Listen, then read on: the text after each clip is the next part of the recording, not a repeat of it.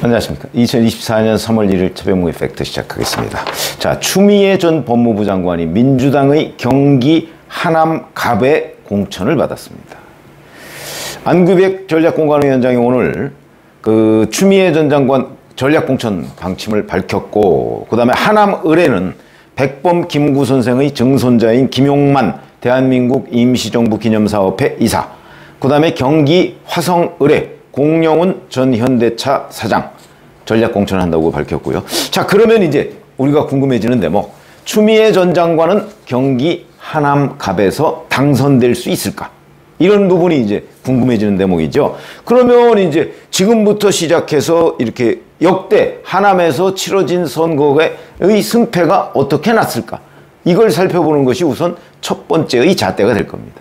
가장 최근에 있었던 것은 대선이 있죠.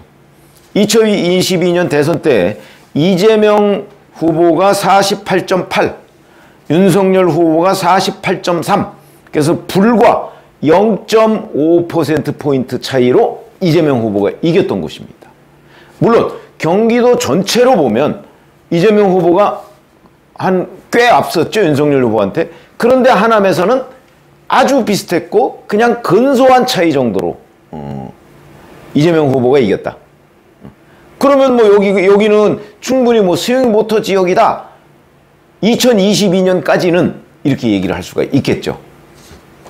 그러면 그 2년 전인 2020년 선거에서는 또 어떠냐? 이때는 민주당의 최종윤 후보가 50.8%고, 그 다음에 미래통합당의 이창근 후보가 33.2%. 엄청난 차이였죠. 그런데 당시에 현재 하남시장입니다. 이 사람이 무소속으로 나왔습니다. 이 사람이 얻은 표가 15.5. 이현재 현 하남시장, 그리고 당시 무소속 후보는 원래 미래통합당, 그러니까 옛날 새누리당 계열입니다. 새누리당 현역 의원을 한 적이 있었거든요, 그 지역에서. 그러니까 결국 2020년 선거에서 그 미래통합당이 정말 큰 표 차이로 지게 된 결정적인 이유는 표 분산이다. 그러니까 미래통합당 계열의 후보가 두 사람이 나오다 보니까 이 사람들이 표를 갈라가지니까 결국 민주당 후보가 압도적으로 당선됐다, 이렇게 볼 수가 있고요. 그래서 예를 들어서 이창근 당시 후보하고 이현재 후보가 얻은 표를 합치면 뭐 거의 49% 정도 됩니다. 그러면은 최종윤 후보가 얻었다는 50.8%하고 뭐 거의 진짜 박빙 선거거든요. 그래서 하남시는 적어도 2020년 총선, 2022년 대선, 이때는 여야 간에 박빙이었다 하는 것을 알 수가 있는 대목이고. 자, 그런데 2016년에 보니까, 그 선거를 보니까 이때 이제 이현재 후보가 새누리당 후보로 나왔거든요. 50.6%로 당선된 적이 있습니다. 이때 민주당에서는 문학진 전 의원 34.6%, 국민의당이 14.9%. 이렇게 돼 있으니까 이때는 또 야권이 분열된 거죠. 야권이 민주당과 국민의당, 안철수의 국민의당으로 분산됐기 때문에 압도적으로 새누리당 후보가 당선될 수 있었다, 이렇게 평가가 되고, 2012년에도 이현재 후보가 당선이 됐습니다. 52.8, 문학진 전 의원이 42.3, 뭐 차이가 꽤 나죠. 자, 이렇게 보면 이 지역은 전체적인 추세가 지금 현재 국민의힘 계열의 후보가 강세를 보였었는데 최근 들어서 민주당에 의해서 조금씩 그 영토를 빼앗기고 있는 단계 아닌가, 이렇게 판단이 됩니다. 그걸 어디에서 볼 수 있냐면 경기 하남이 이번에 분구가 되거든요, 갑을로. 그동안에는 하남시가 하나의 선거구였습니다. 분구가 된다는 얘기는 인구가 급격하게 늘어나고 있다는 얘기죠. 그러니까 가장 최근에 보시자면 2016년만 해도 하남시 인구가 14만 1000명이었습니다. 14만 1000명. 그 4년 뒤인 2020년에 22만 7800명으로 늘어났습니다. 분구의 기준은 인구 30만이죠, 대략. 그런데 현재 2024년, 지금 2024년이니까 1월 현재 32만 9,688명, 33만 명 정도가 됐습니다. 자, 이렇게 인구가 급격하게 하남시로 쏠리게 된 것, 이건 결국 수도권의 팽창과 매우 큰 연관이 있고, 그러다 보니까 하남시가 서울의 배드타운 역할을 해서 결국 그런 데로 가는 사람들은 누굽니까? 젊은 층이죠. 젊은 층이 하남에 거주하는 비율이 굉장히 높아진 것으로 보인다. 실제 제가 하남에서 이렇게 활동을 하고 있는 분하고 통화를 해봤더니 젊은 층 유입이 그렇게 많다는 거 아니겠습니까? 그런 점으로 본다면 젊은 층에서는 민주당이 유리하겠죠.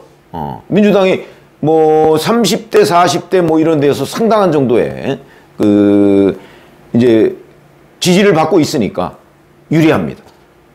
그러니까 전체적으로 보면 국민의힘 계열의 후보가 계속해서 뭐 당선도 되고 표를 많이 얻고 2022년까지만 해도 2022년 직전까지만 해도 국민의힘 계열의 지지표와 민주당 계열의 지지표가 거의 비슷했는데 지난 대선 때 이재명 후보가 약간 앞섰고 그리고 그로부터도 지금 2년 가까이 지난 거 아닙니까?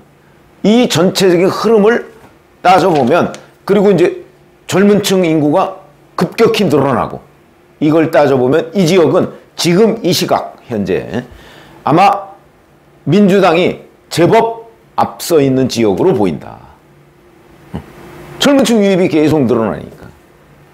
이렇게 된다면 결국 추미애 전 장관을 이재명 대표가 반윤이라는 것 때문에 민주당의 양지로 보냈다. 이렇게 종합적으로 평가를 할 수가 있겠죠.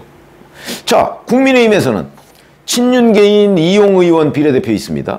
그 다음에 안철수계인 김도식 전 서울시 정무부시장, 그 다음에 오세훈계인 이창근 전 서울시 대변인, 무려 11명 정도가 여기서 경합을 하고 있다고 합니다. 아직 결정이 안 됐죠. 자, 이제 추미애 전 법무부 장관이 이 지역에 공천을 받았으니까 이제 그 대항마를 지금 국민의힘이 선정을 해야 되는 국면에 들어가 있는 거죠. 근데 이제 여기에서 이 지역이 민주당의 양지인 것은 틀림없는데 그럼 이제 추미애라는 사람을 공천을 함으로써 추미애 전 법무부 장관이 과연 확장성이 있느냐? 거기에 민주당 지지표가 많은 것은 사실인데 하남에, 그것도 하남시 갑에 많은 건 사실인데 그렇다고 하면 민주당 지지표가 더 많고 국민의힘 지지표가 조금 적을 텐데 그러면 이제 중도라고 하는 사람들도 꽤 있을 거거든요. 여기서 승부가 난다고 봅니다. 확장성이 있느냐? 저는 개인적으로 추미애 전 장관의 경우에 중도 확장성은 없다고 보거든요. 그러니까 이제 국민의힘이 만약에 중도 확장성이 있는 후보를 선정을 한다 할 경우에는 충분히 이길 수 있는 게임이 되고 국민의힘도 중도 확장성이 불투명한 사람을 만약에 거기에 공천한다 하면은 추미애 전 장관이 당선될 가능성이 있는 것 아닌가. 그런 지역적 특성. 그러니까 현재 이른바 고정 지지층만 놓고 보면 민주당이 앞선다. 그런 지역이다. 그런데 뭐 중도층 뭐 아무리 없다고 할지라도 아마 한 20% 이상 있다고 봐야 되거든요. 스윙 보터들이 있다고 봐야 되거든요. 이 사람들이 추미애 전 장관을 지지할 확률, 저는 그렇게 높지 않다고 보기 때문에 이재명 대표는 추미애 전 장관을 양지에 공천했지만 그러나 추미애 전 장관의 경쟁력 이 부분의 문제 때문에 국민의힘이 중도 확장성이 있는 사람을 공천할 경우 충분히 이길 수 있고 추미애 전 장관은 낙선할 가능성이 높다. 그러나 만약에 국민의힘도 중도 확장성이 없는 사람, 그런 사람을 거기에 공천할 경우에는 추미애 전 장관이 쉽게 당선될 수 있는 지역이다. 현재 이 하남 지역은 하남 지역만 무슨 여론조사를 해보거나 뭐 그런 건 없는데 그 지역의 전체적인 흐름을 보면 젊은 층 유권자가 워낙 많기 때문에 아마 이 지역에서 뭐 이제 제3지대에서 누구를 공천하느냐에 따라서도 또 영향을 받을 겁니다. 예를 들어서 이준석 신당, 개혁신당 거기 뭐 전체적으로는 뭐 그렇게 표가 많이 나오지 않습니다만은 거긴 뭐 특히 이대남 뭐 20, 30대 남성층의 지지는 많이 받고 있지 않습니까? 그렇게 된다면 만약에 개혁신당에서 거기 누구 후보를, 지역구 후보를 공천한다고 한다면 20, 30대 남성층이 그쪽을 일부 지지하겠죠? 그렇게 되면 이제 추미애 전 법무부 장관의 표를 또 개혁신당이 갈라가게 되는 이런 상황이 될 것이기 때문에 뭐 그런 변수는 있지만 현재 여하튼 양대 정당의 대결로만 국한시켜 본다면 그 추미애 전 장관의 경기 하남은 민주당에는 양지로 보인다. 이제 국민의힘이 추미애 대항마로서 어떤 사람을 낙점을 하느냐 뭐 이런 부분까지 이제 구도가 종합적으로 확정이 되면 조금 더 분명한 아마 예측을 할 수 있지 않을까 싶습니다. 고맙습니다.